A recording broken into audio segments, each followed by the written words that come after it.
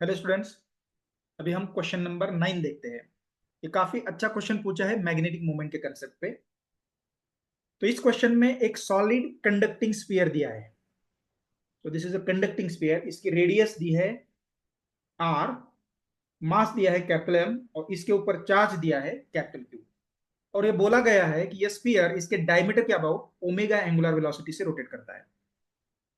तो उसके बाद पूछा गया है कि स्फीयर का magnetic moment mu divided bye उसका एंगुलर मोमेंटम, इसका रेशियो क्या है। तो इनफैक्ट इस रेशियो की वैल्यू उन्होंने दे रखी है alpha into Q divided by 2m, और हमें अल्फा की वैल्यू पूछी है। तो हमें पता है कि स्फीयर का जो एंगुलर मोमेंटम रहता है वो रहेगा आई इंटू ओमेगा। तो आई की वैल्यू रहती है सॉलिड स्फीयर के लिए 2/5 इंटू mr² इंटू ओमेगा। ये आएगा एंगुलर मोमेंटम। बस हमें निकालना है मैग्नेटिक मोमेंट। तो कुछ कुछ लोग इस मैग्नेटिक मोमेंट का फॉर्मूला भी याद रखते हैं। अगर आपको ये फॉर्मूला पता है तो मैग्नेटिक मोमेंट स्फीयर के लिए आएगा। इनफैक्ट हमें मैग्नेटिक मोमेंट हॉलो स्फीयर के लिए निकालना पड़ेगा। क्यों हॉलो स्फीयर के लिए? क्योंकि चार्ज जो है, भले ही स्फीयर आपका सॉलिड हो, चार्ज तो सिर्फ सरफेस पे ही है। तो हॉलो स्फीयर का मैग्नेटिक मोमेंट निकल के आता है q into omega into r² by 3। तो this is the standard result. अगर आपको ये फॉर्मूला पता है तो 1 मिनट में ये क्वेश्चन सॉल्व हो जाएगा। नहीं तो आपको इस फॉर्मूला को डिराइव करना पड़ेगा। उसका डेरिवेशन कैसे करते हैं वो भी हम देखेंगे। तो पहले हम आंसर निकालेंगे। तो mu divided by L is equal to q into omega into r² by 3 divided by 2/5 into mr² into omega. So इससे r² हो जाएगा कैंसल, ओमेगा भी कैंसिल हो जाएगा। तो ये आएगा 5/3 into Q divided by 2m। तो अल्फा की वैल्यू आएगी 5/3। अगर आपको ये फॉर्मूला पता नहीं है मैग्नेटिक मोमेंट का तो उस केस में आपको डिराइव करना पड़ेगा और डेरिवेशन के लिए 2-3 मिनट टाइम लगेगा। तो डेरिवेशन कैसे करते हैं वो हम देखते हैं अभी।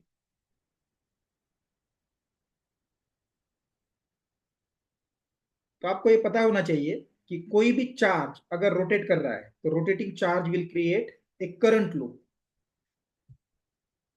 तो किसी भी करंट लूप का अगर हमें मैग्नेटिक मोमेंट निकालना है तो मैग्नेटिक मोमेंट रहता है करंट लूप का I into area, where I is the current cause due to rotating charge and A is the area of the loop. तो हम क्या करेंगे, इस पूरे स्फीयर को छोटे छोटे करंट लूप्स में ऐसा डिवाइड करेंगे। जैसे स्ट्रिप्स हमने ली है along the surface of sphere. तो इस स्ट्रिप की विड्थ हो जाएगी आर इंटू डी थीटा। ये हो जाएगी विड्थ। और उसकी लेंथ हो जाएगी स्ट्रिप के सरकमफ्रेंस के बराबर। तो सरकमफ्रेंस हो जाएगा 2 pi into r, where r will be equal to capital r into sine theta. तो जब ये स्ट्रिप रोटेट करेगी तो उसके साथ साथ चार्ज भी रोटेट करेगा। तो रोटेशन ऑफ चार्ज की वजह से यहाँ पे करंट डेवलप हो जाएगा। तो इसका मैग्नेटिक मोमेंट डी म्यू आएगा डी आई इंटू ए। तो डी आई कितना होगा? डी आई होगा जितना भी स्ट्रिप के ऊपर चार्ज है, तो that charge divided by time period of rotation, ये हो जाएगा करंट। और एरिया हो जाएगा pi into small R square, फिर small R is radius of the loop. तो इसी को हम अब कैलकुलेट करते हैं। D M equal to D I into A. D I हो जाएगा D Q by T. A हो जाएगा pi into small R square, और स्मॉल आर की वैल्यू रहती है आर इंटू साइन थीटा। तो इसका square.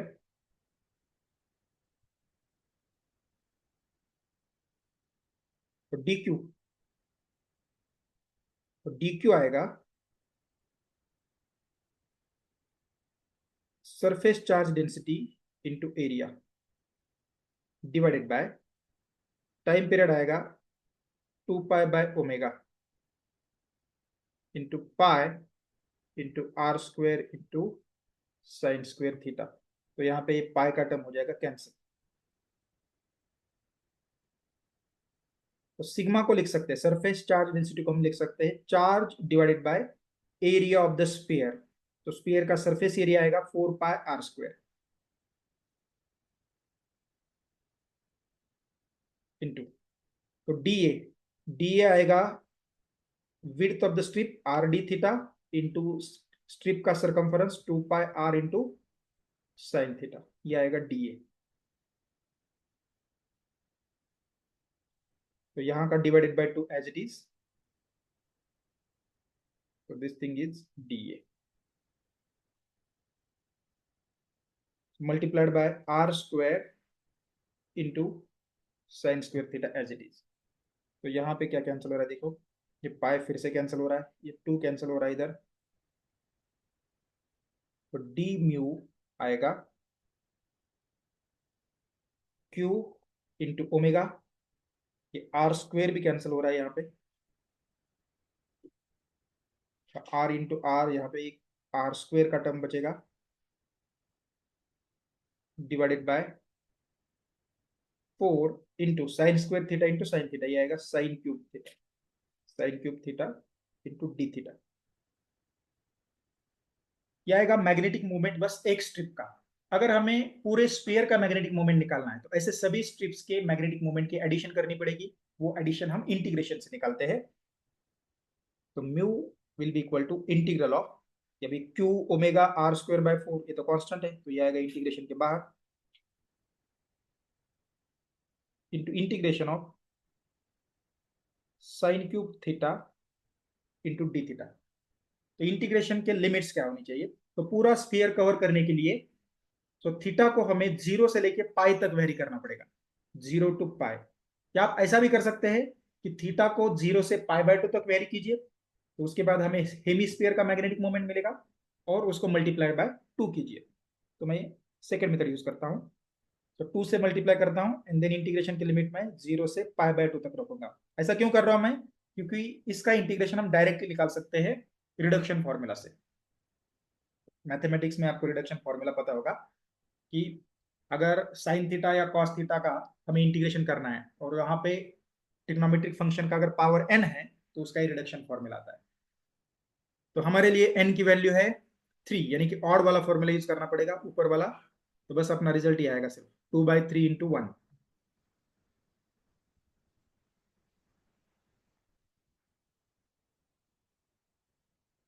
So this integration by the reduction formula we can directly write as 2/3।